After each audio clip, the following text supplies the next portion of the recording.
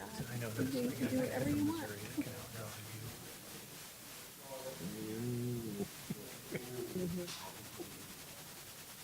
You can do whatever you want. It's all on you.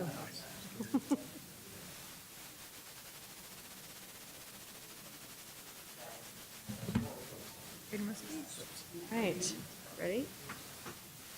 I'd like to call this meeting to order. Please stand and join us in the Pledge of Allegiance. I pledge allegiance to the flag of the United States of America and to the republic for which it stands, one nation, under God, indivisible, with liberty and justice for all.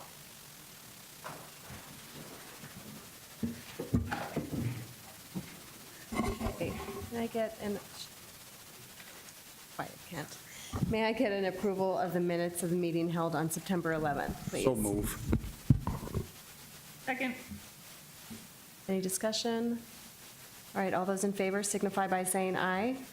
Aye. Opposed, same sign. All right, Bev, any persons wishing to address the board? No, thank you. Can I get approval of the agenda, please? So moved. Second. All right, any discussion? All right, all those in favor signify by saying aye. Aye. Aye. Opposed, same sign. All right, good news report tonight is brought to us by Sharon Schuler. Good evening. This is indeed a wonderful opportunity to celebrate the Academy of Finance program, which is beginning its 19th year in the Sioux Falls School District. AOF, sponsored by Citibank and offered at the CTE Academy, is available to sophomores, juniors, and seniors who are interested in entering the world of finance or business. Students enrolled in the Academy of Finance can earn up to 17 college credits from the University of South Dakota or Accounting 1 and 2 credits from the Southeast Technical Institute. First, the Academy of Finance reached the Model Academy status for the second year in a row on its national assessment. The Academy was spotlighted for its efforts in delivering high-quality educational experiences for high school students. It was one out of 124 schools recognized out of 675 academies in the nation, and it was recognized at the national conference in July. Penny Brunken and Kathy Regas, who are here this evening, know that this recognition is a testament to all those who helped make the Academy a success. As they stated, without our students, teachers, advisory board, community partners, and the district, we would not be able to achieve this level of success. Second, we had 11 businesses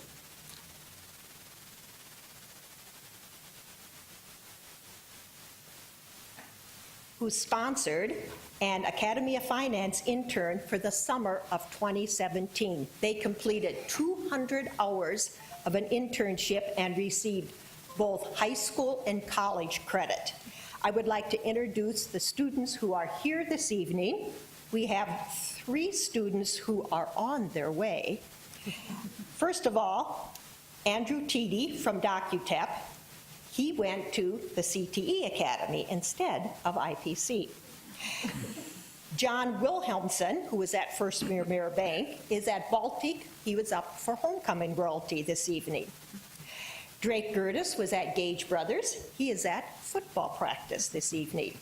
We do have Abby Erickson here, who completed her internship at Junior Achievement. Would you stand, Abby, to be recognized, and stay standing while the others are recognized. Tate Olson from Lifescape, where he completed his internship. Jackson Christ was at Metabank. Boris Bogdanovic was here at the Sioux Falls Federal Credit Union. Alex Arango, he is on his way, and he completed his at the Community Relations Department here in the Sioux Falls School District. He just got hired by one of our sponsors, Weiser Distributing, and he was at his job this afternoon. Sydney Fiala from Tip Top Tux, she is also up for homecoming royalty at Baltic. Logan Johnson has completed his internship at Weiser Distributing, and Faith Trebasser from Wildwater West, she had play practice this evening. You can see the Academy of Finance interns are a very busy group of students. Thank you. Go ahead.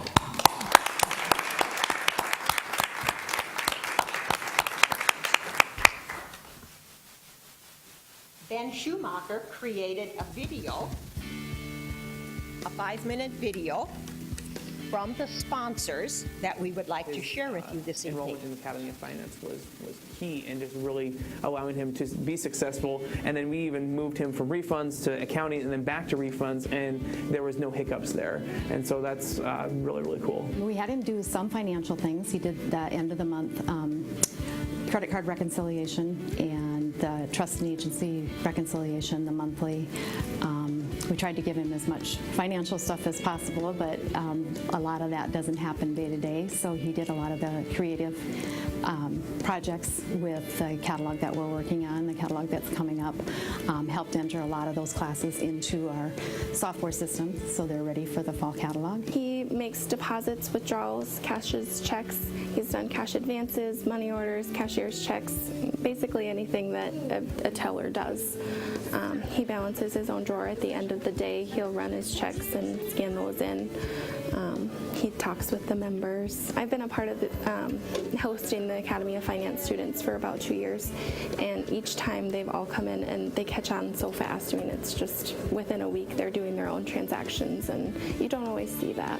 Basically, she was my right-hand lady. I had her help with pickups, try-ons, measurements. She got to do all those sorts of things, and then just help with organizing things for me and booking weddings. I kind of threw her in right away, but then as she got more trained, she got more comfortable booking actual weddings and helping them out. Looks like we found the right kid. Logan's been amazing. We kind of needed some help. There's only 2 of us in the accounting department here, so we kind of needed some help doing the AP and the AR, just kind of taking a little bit off my plate because I'm taking a little bit of my boss's responsibilities on, so it's been a major help. I think the biggest thing is just trying to have it be a win-win for both parties. We are able to get some help in a lot of these areas that it's a lot of grunt work or that data entry, and then also it's a win-win for the students because they get a chance to then work on the business side and have that valuable name on a resume of saying like, yes, I was in an internship at DocuTap in a leading tech company and help just achieve their goals. And he just took such an interest in all the different things that it was easy to give him an assignment or have him work on part of a project or even a full project. He looked at our financials for the catalog we're just wrapping up and compared them to last fall's catalog finances, and yeah, just nice to have another person working. And actually, I think we're probably ahead of schedule now on this fall catalog that we're working on, which is good. The students are awesome. I like that we get to provide them with an opportunity to learn and see what it's like in the real business world and in the banking world if that's what they're interested in. They come in so prepared,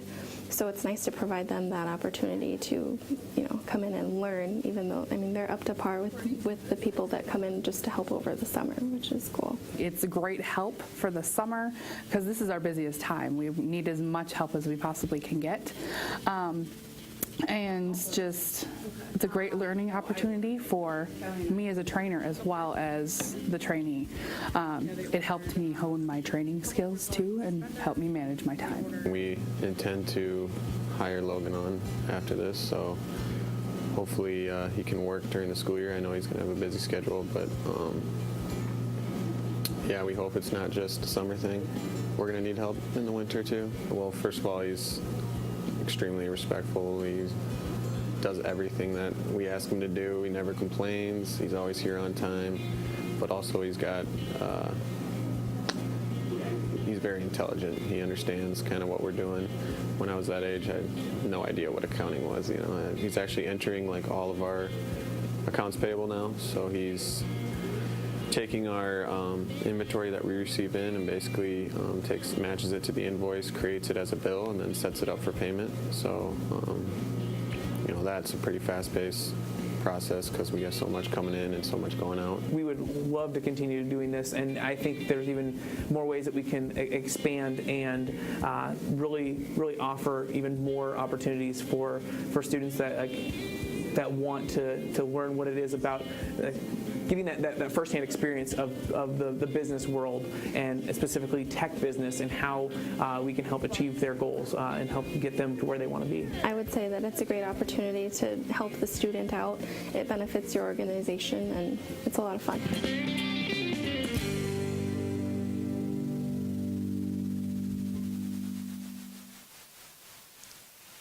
At this time, I would like to invite one of the students to share a few words about his internship with you. Alex Arango, he is our student representative on the Academy of Finance Advisory Board, and I would like him to come forward to share his comments. Welcome, Alex. Hello, I'm Alex.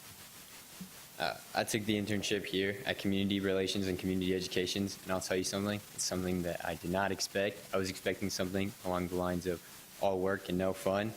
However, this internship proved to be everything but that. I enjoyed myself immensely working for the community education. I learned a great amount here at IPC, from creating flyers and Facebook posts as marketing schemes to reconciliations to constantly updating ACEware with new classes. I believe that the AOF program prepared me by introducing me to all of the basics element of businesses. And Ms. Brunken made sure I had a clear understanding of each. Without the AOF program, I know I would have had a difficult time entering this internship, but thankfully I was able to hit the ground running. The aspect that I liked the most about my internship were the people I got to work with. They were all very friendly and super helpful. They would gladly teach me something new and without hesitation help me when I made a mistake. They also made those long 10-hour days go by fast by keeping me busy and knowing how to have fun while still working and getting stuff done. They modeled teamwork, communication, and team management. For all that I learned and experienced, I am most grateful. Thank you.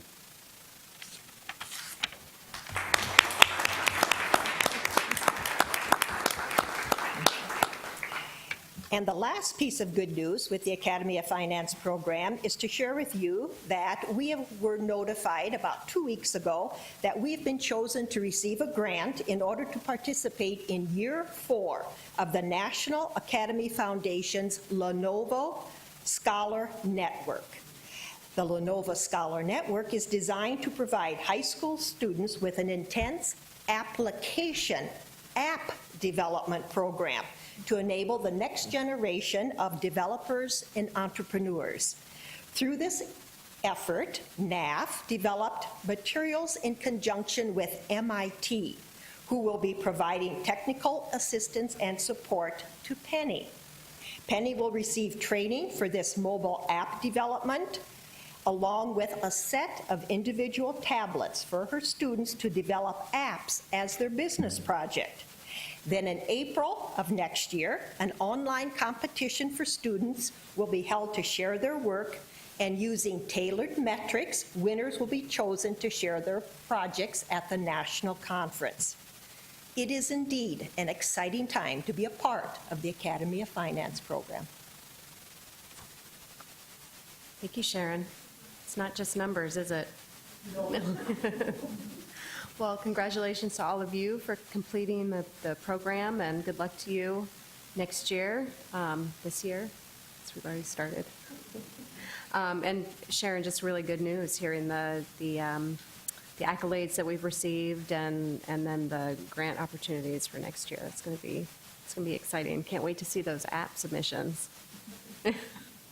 I hope you guys will come back and show us them. Yeah. So general question, what year are most of the students that are here? Are you sophomores, juniors, seniors? They're all seniors. All seniors? Okay. Thank you. I was thinking back, and you said this is 19 years old, and I'm like, why did I not have this in school? I graduated 20 years ago. So it just started when I left. So what an amazing opportunity to have an internship during high school versus I think many people have to wait until they, the summer years of their college. So the experience that you guys have gained will set you apart even on college applications and things like that. So congratulations on your efforts and your achievements so far, and I'm sure you'll have many more of those in the future as well. Anybody else? Okay, thanks, Sharon. Thank you all. You don't have to stay for the rest of the meeting. You can, though, if you want to. All right, any conflicts of interest? I don't see any, so moving on. Can I get an approval of the consent agenda, please? So moved. Second. Any discussion? All right, all those in favor signify by saying aye. Aye. Opposed, same sign. All right, and can I get a motion for the supplemental consent agenda, item A, claims to Sanford? So moved. Second. Any discussion? All right, all those in favor signify by saying aye. Aye. Aye. Opposed, same sign. Okay, passes with 2 abstentions from Board Member Ryder and Board Member Mickelson. And may I get a motion for the supplemental consent agenda, item B, claims to Avera? So move. Second. All right, any discussion? All right, all those in favor signify by saying aye. Aye. Opposed, same sign. All right, that passes with 1 abstention from myself. All right, reports to the superintendent. Okay. We have 4 reports for you tonight. The first report is actually a public hearing on a waiver request for exemption of plan of intent regulations. And that hearing will be conducted by Becky Dorman from our Human Resources Department.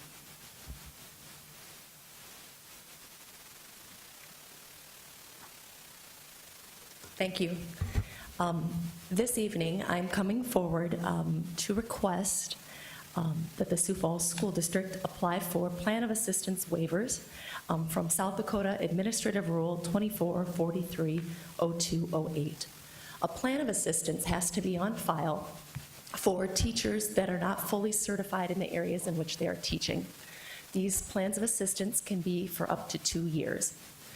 In the instances where a teacher needs additional time to complete the certification, either by coursework or taking a test, a waiver must be applied for. And so that's what I'm here for this evening.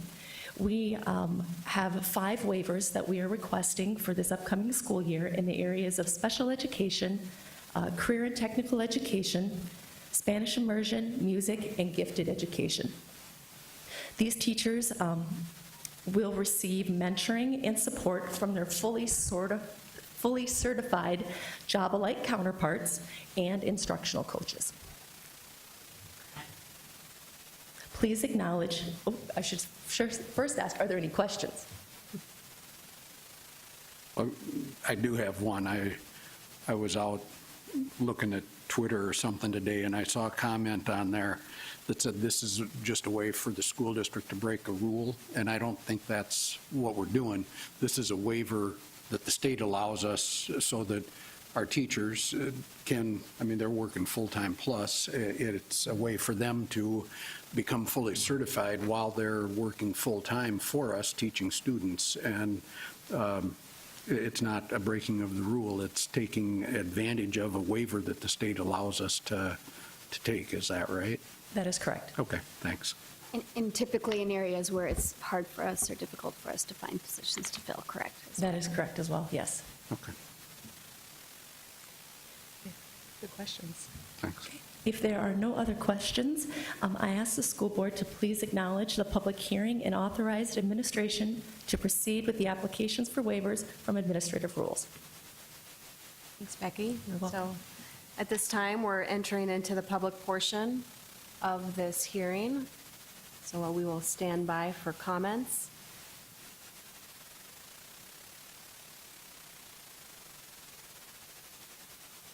Seeing no one leap out of their seats, we will close the portion of the public hearing. And I will take a motion to acknowledge the waiver request. So moved. Second. Right, any further discussion? Okay, all those in favor signify by saying aye. Aye. Opposed, same sign. Okay. Next. The next report this evening is our accountability report. This is our state report card, and the information tonight will be presented to you from Dr. Teresa Boyson from Curriculum Services. Good evening.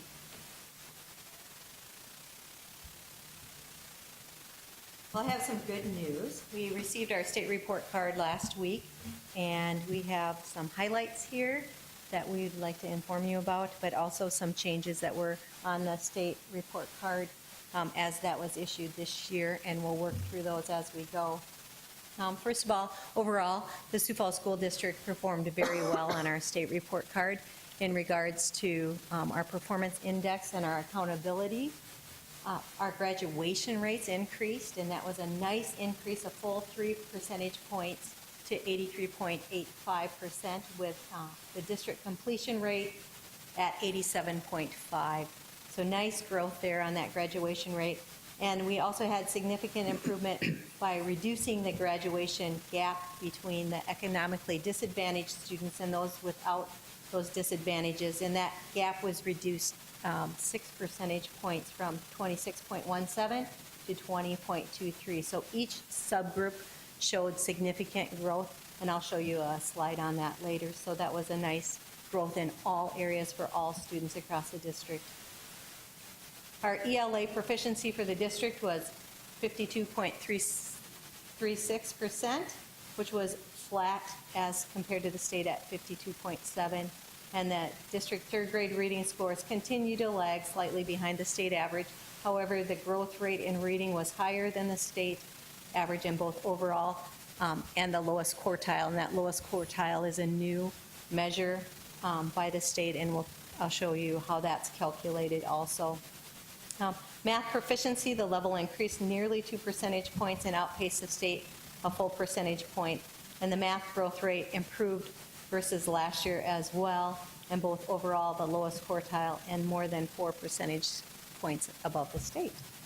So the district school performance index, or the SPI scores, in both elementary, middle, and high continue to be above the state average. And so we continue to grow, and they also, with attendance, we were at 79% of the students achieved the state attendance benchmark of 94%. And that the goal there for the state is that every student's in school 94% of the time. It's not an average. And so 79% of our students met that in school 94% of the time. And probably the biggest highlight is through the initiatives across the district and in each building, we were within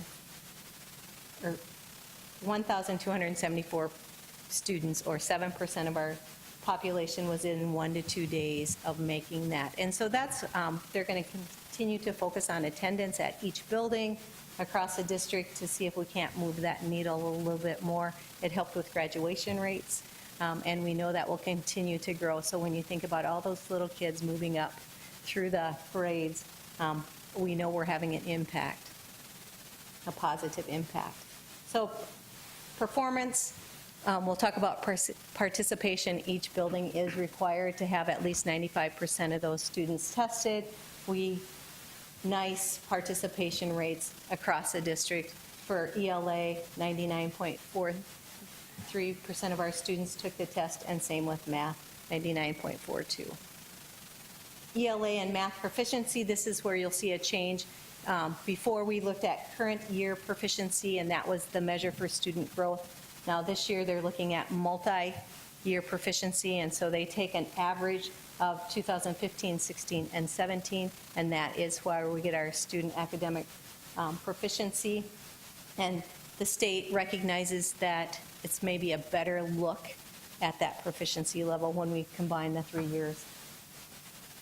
So our current year proficiency for the Sioux Falls School District with English Language Arts was at 52.36. For students that scored proficient or advanced, the state was at 52.7. So again, just lagging just right behind there.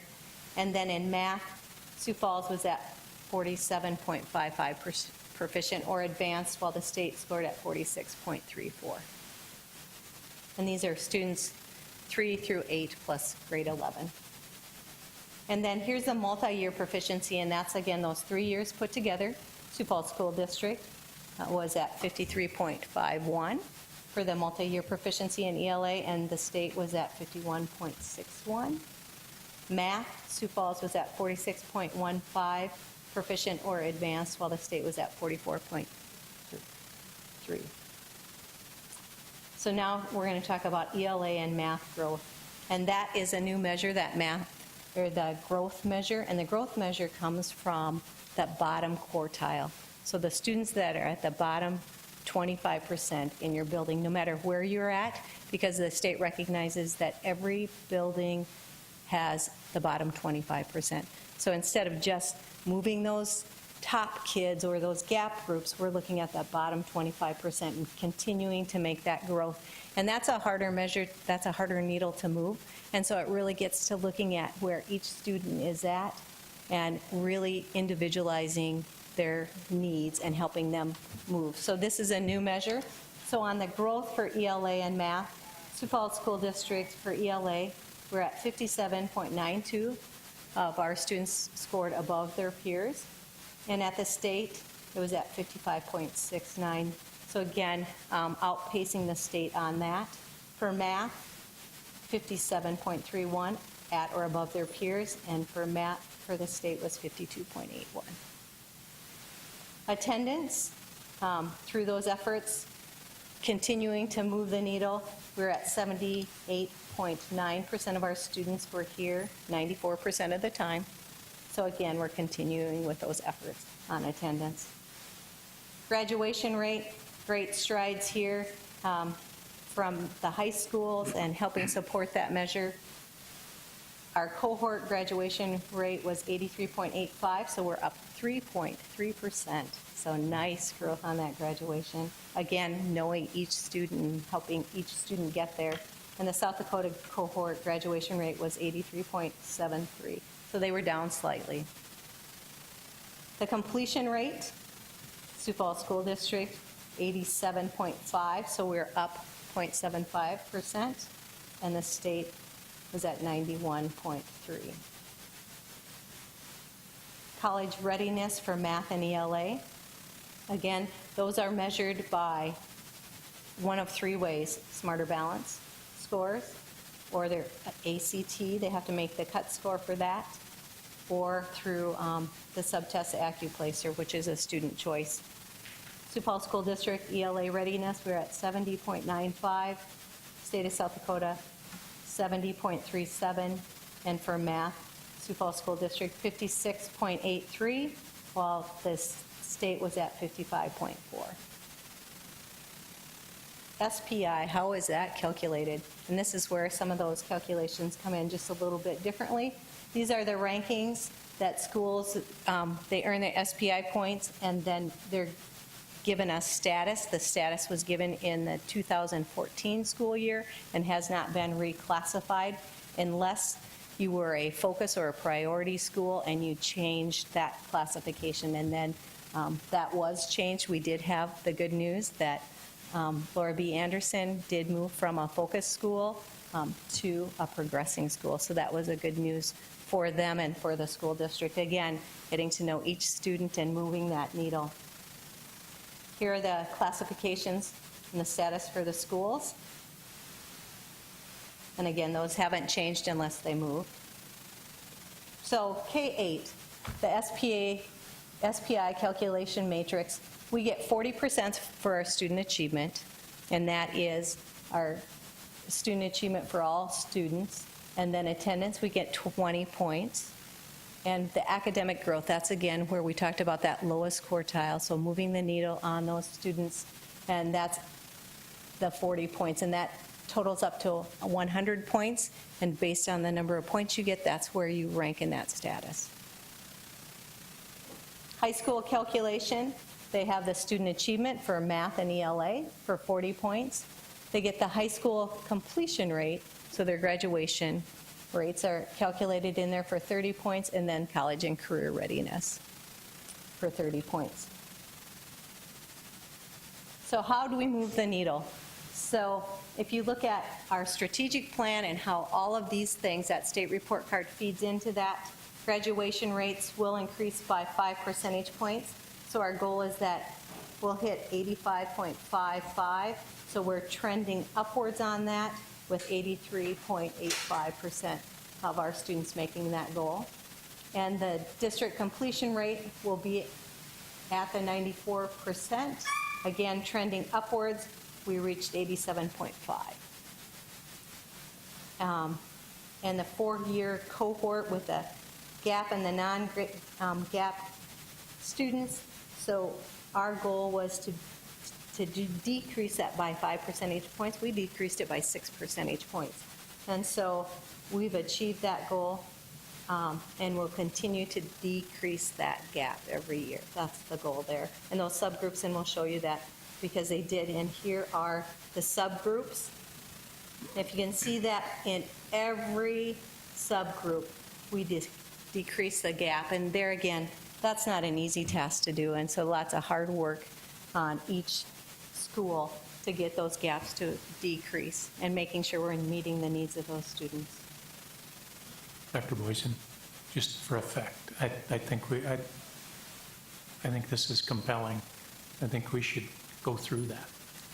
Yes. Hispanic and Latino students, graduation rate increased. American Indian, Alaskan Native students, graduation rate increased. Asian students, graduation rate increased. Black African American students, graduation rate increased. Native Hawaiian Pacific Islander students, graduation rate increased. White students, graduation rate increased.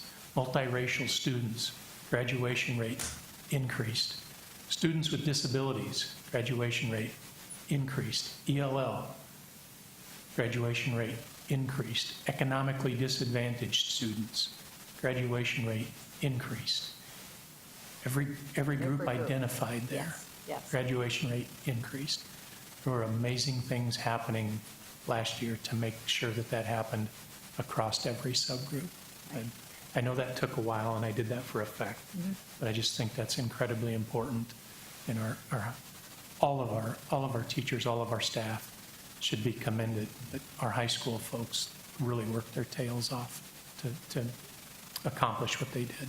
They did, and the initiatives at each high school, the differences that they did, and groups that they formed to talk with teachers and counselors and students and parents to make sure that each one of these subgroups was impacted.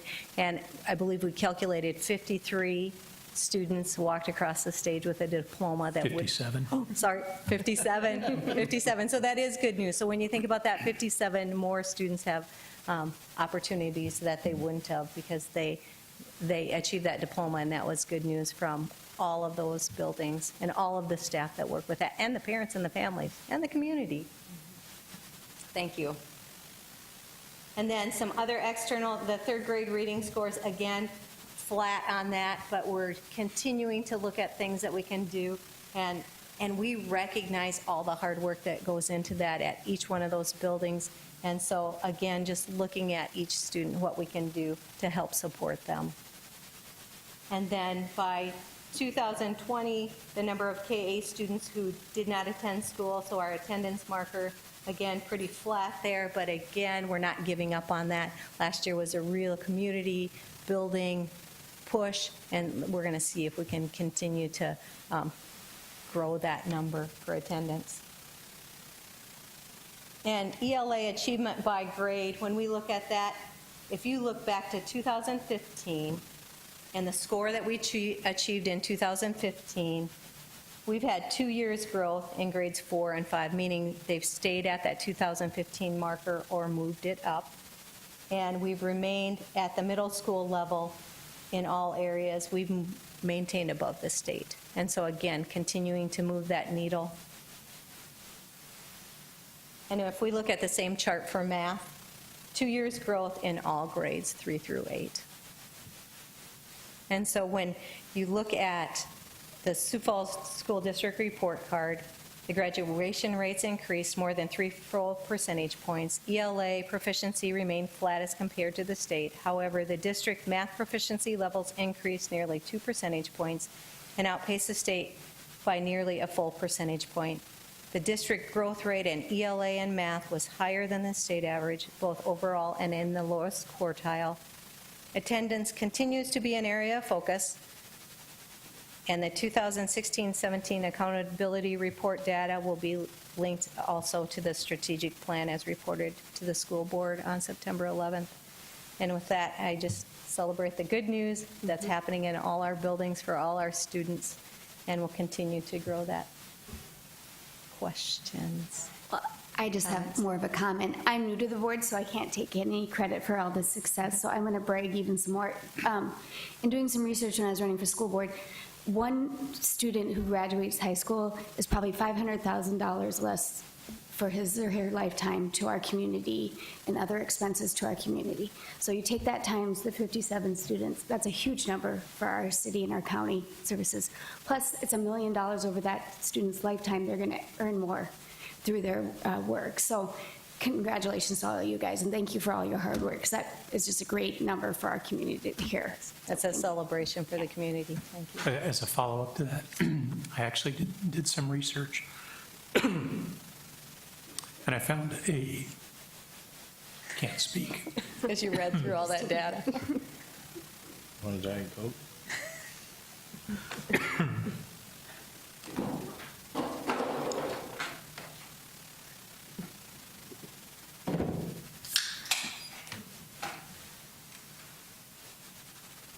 I know that's emotional, but I didn't expect this. And I'm not usually at a loss for words. No. It was a 2007 Leeds report done at Columbia University that cited some of those same statistics.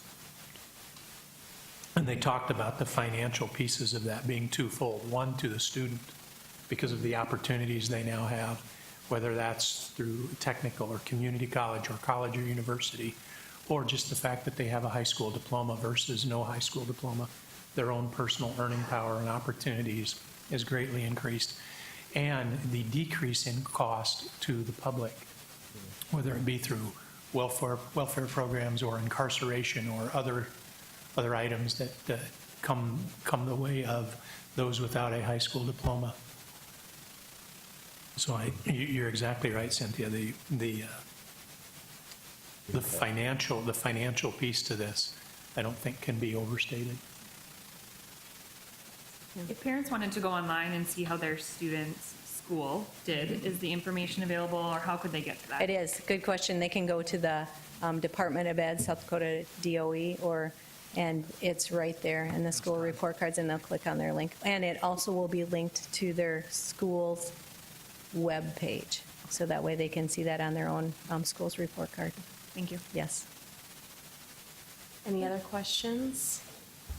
Just great news. It is. I'll ask that you acknowledge the report. Okay. Can I get a motion to acknowledge the report, please? So move. Second? Any other discussion? Great news. Thanks, Thank you. Teresa. Thank you. This is very good. All right, motion and a second. All those in favor signify by saying aye, please. Aye. Aye. Opposed, same sign. Okay. Our next report is a federal consolidated application report, also prepared by the Curriculum Services Department and brought to us tonight by Ann Smith. Good evening. The South Dakota Department of Education is required by the Every Student Succeeds Act, known as ESSA, to collect plans from each public school district that describe how that district will address the requirements of ESSA, as well as the specific activities that the district will implement with its various programs underneath ESSA. There are 4 programs that we receive money through in the consolidated application. Title I, which actually has some subtitles underneath of it, Part A, Part C, and Part D. Title II, Title III, and Title IV. Just to give you an idea of the funding that comes through the federal consolidated application and whether it's trending up or down, Compared to last year, all of the programs are up with the exception of Neglected and Delinquent, which is Title I, Part D, and Title III, which is the support for English language learners. A new program in ESSA that is funded for the first time this year is Title IV, Student Support and Academic Enrichment. That's actually a program that can be transferred into another program. We'll talk about that in just a minute. Title I, Part A, the largest program, which is a little over $6 million, is to help even the playing field. The Title I, Part A funds can be allocated out to schools with the highest percentages of poverty. School districts are required to allocate Part A funds to any school that has over 75% of their students qualifying for free or reduced lunch.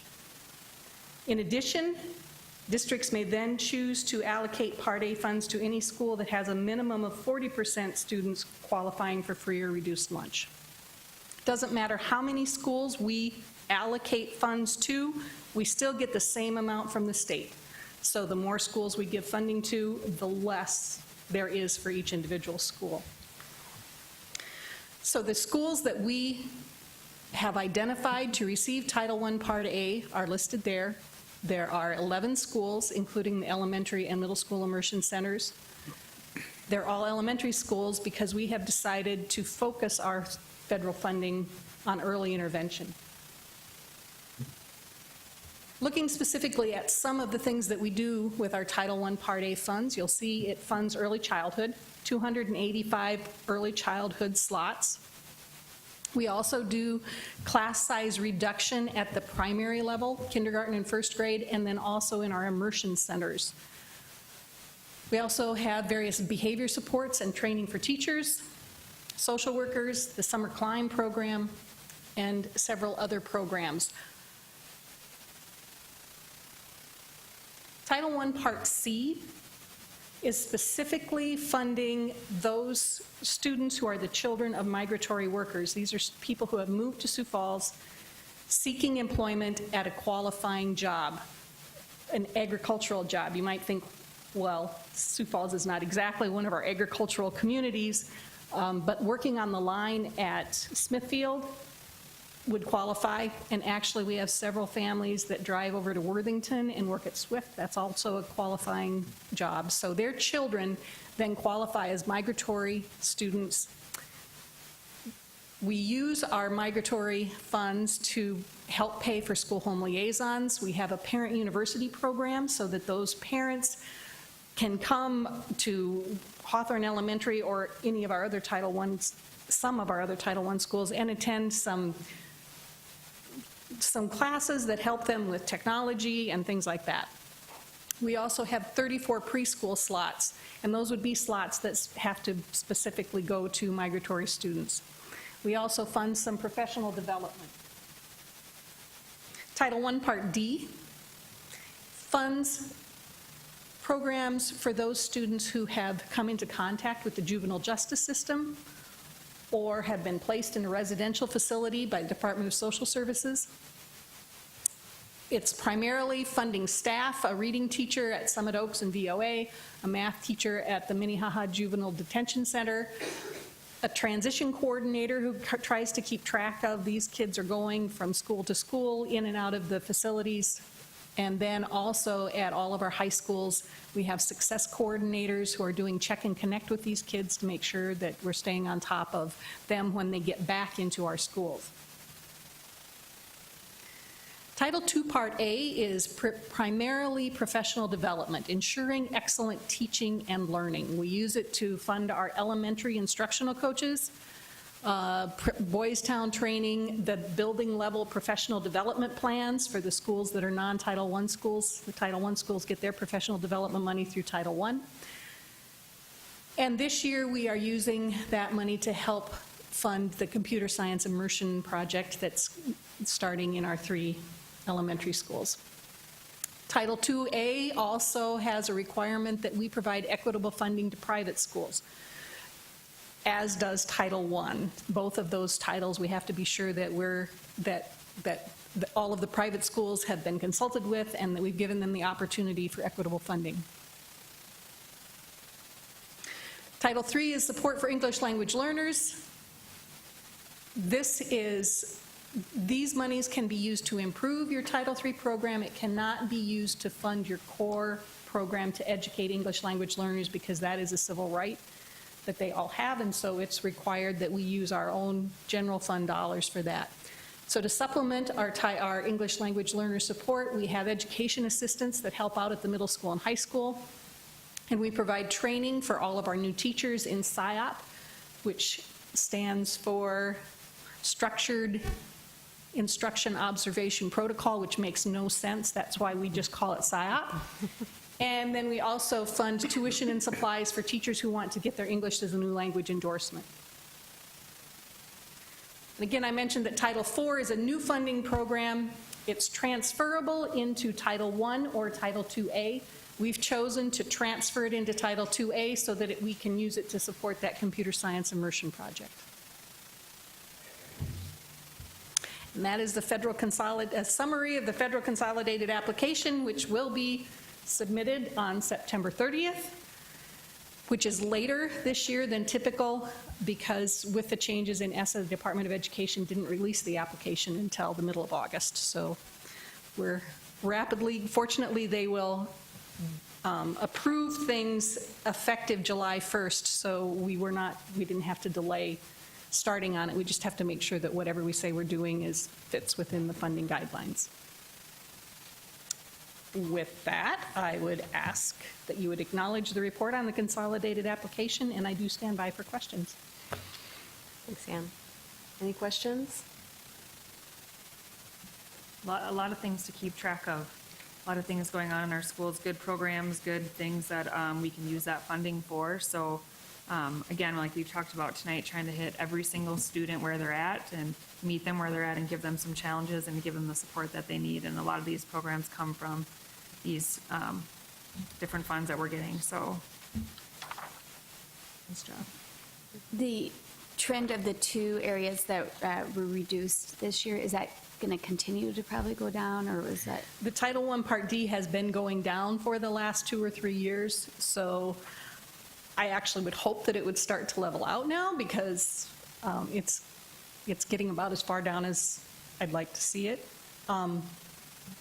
Title III, I really would expect that to stay fairly level, but again, it will depend on what happens. It all depends on what happens in Washington, D.C., and we just can't know from one year to the next until we see it come.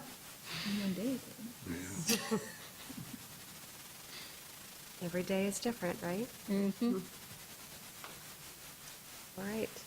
Can I get a motion to acknowledge the Federal Consolidated Application Report? So moved. Second. Any other discussion? All right. All those in favor signify by saying aye. Aye. Aye. Opposed, same sign. Okay. Next report. Our final report of the night is a recertification of levies to county auditors report. That comes to you from Business Manager Todd Beek. Thank you, Dr. Maher. I might be showing my age, but a little bit earlier tonight, I was waiting for you to throw Board Member Tolke your jersey. I was disappointed that didn't Mean happen. Joe Green. With you.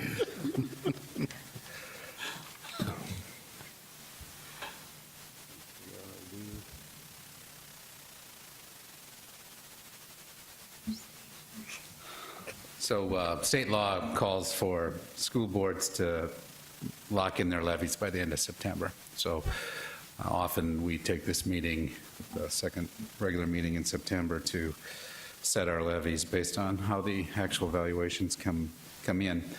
So this is kind of a timeline of the overarching issue of this year of our levies. In April, we had 2 budget meetings. One was the April 5th work session, and one was the April 10th budget hearing, where we set our preliminary budget, and the school board discussed it at the work session meeting and then recommended that the Finance Action Network be reconvened by Dr. Maher and report back in the future. So that happened, and then in May,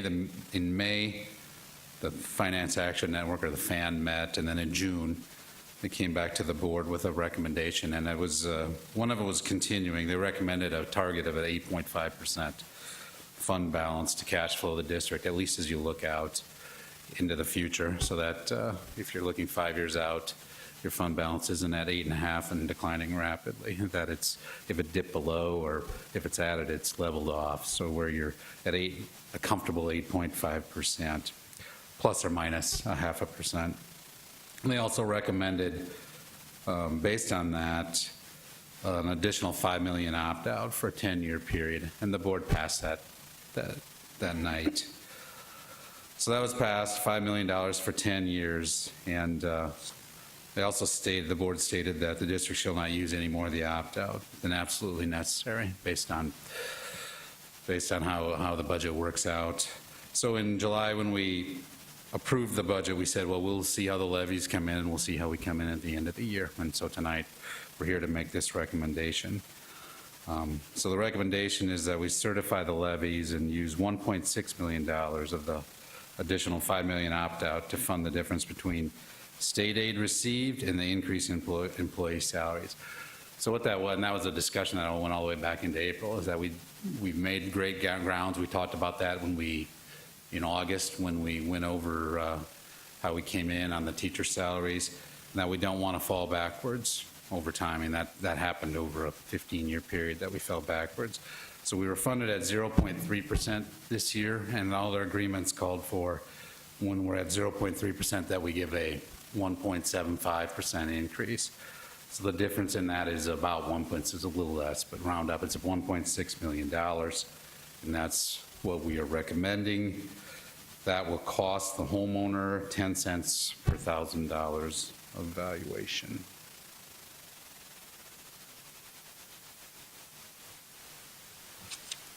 And this is just a comparison of the levies. The 2017 levy for a homeowner, actual levy is $8.44.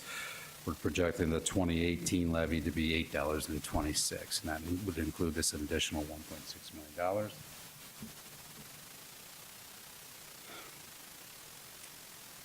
And this next item is just the actual request, the updated request that we would send to the auditors. The general fund, those mill levies are set by state law. Then the opt-out would be for $9.1 million. That's 7.5 we already had, plus the $1.6 million. Capital outlay fund, that levy is restricted by state law to inflation, which, weirdly enough, even though our general fund inflation was 0.3%, the capital outlay is based on a calendar year instead of a fiscal year. That's 1%, plus new construction will get us right in the neighborhood of $31,500,000, so that's what's allowed. And then the special ed levy, again, is set by the state. That's a $1.46, 0.1. You have in front of you the motion to set these levies. I would ask that you set those, and I'll stand by for questions. Thank you. Thanks, Todd. Any questions for Todd?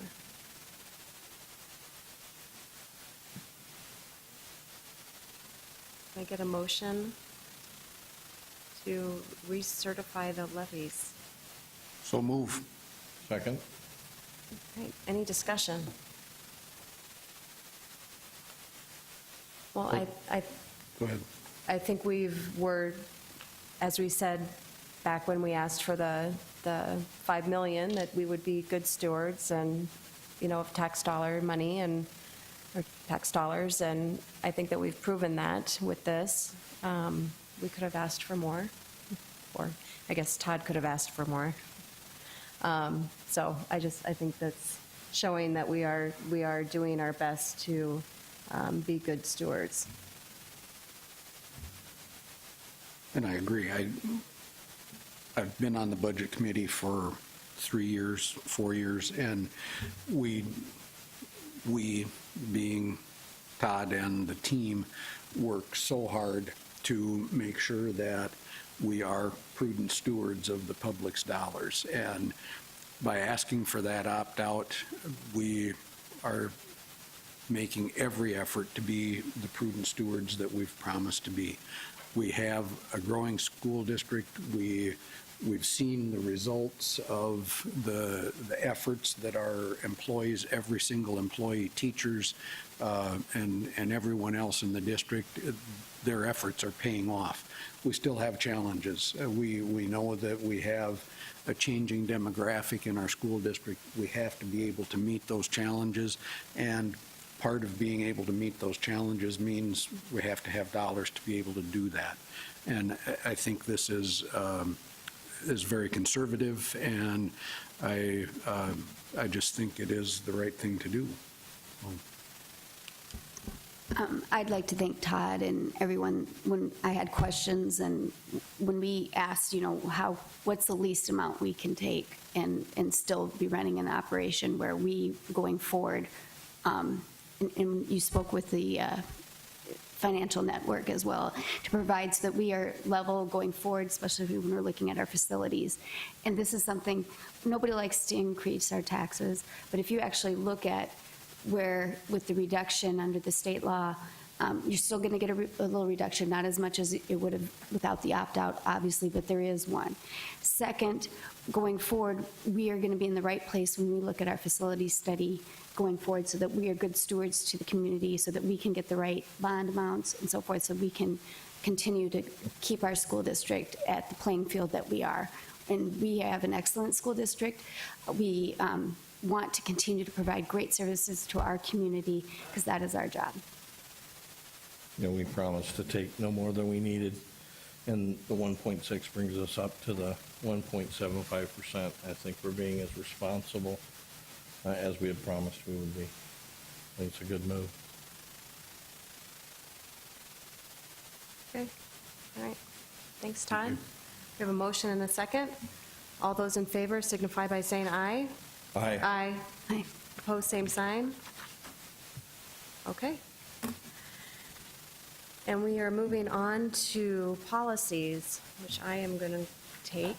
We have 3 that are up for review, revise, and they are EE and its accompanying regulation, transportation services, which we updated language to current practice.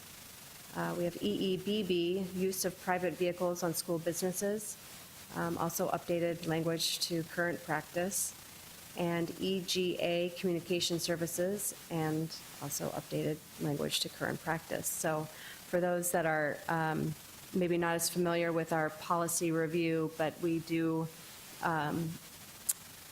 each policy that we have goes through sort of a cycle of review. So, we take a look at it, make sure that it's what we are actually doing. Today, updating for federal regulations at times. So these are just 3 that were in the rotation. So again, just updating language to our current practice.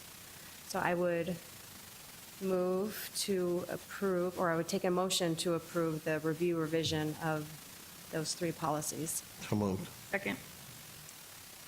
All right, any discussion? All right, all those in favor signify by saying aye. Aye. Aye. Opposed, same sign.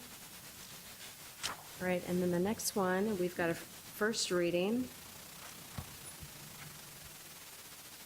And this is, what? Hold on. This is GCE, staff recruiting and employment. We reviewed it. The proposed languages, the proposed changes add language explaining new criminal background check procedures. And just scrolling through. So I would take a motion to approve the first reading. And once this is out for first reading, it'll be posted for public review, and then we'll do a second reading on October 23rd. Can I get a motion to acknowledge the first reading of policy GCE? So moved. Second. Any discussion? Okay. All those in favor signify by saying aye. Aye. Opposed, same sign? Okay. All right, and do I make that motion? Nope. I move that we go into executive session per South Dakota Codified Law 1-25-22. Second.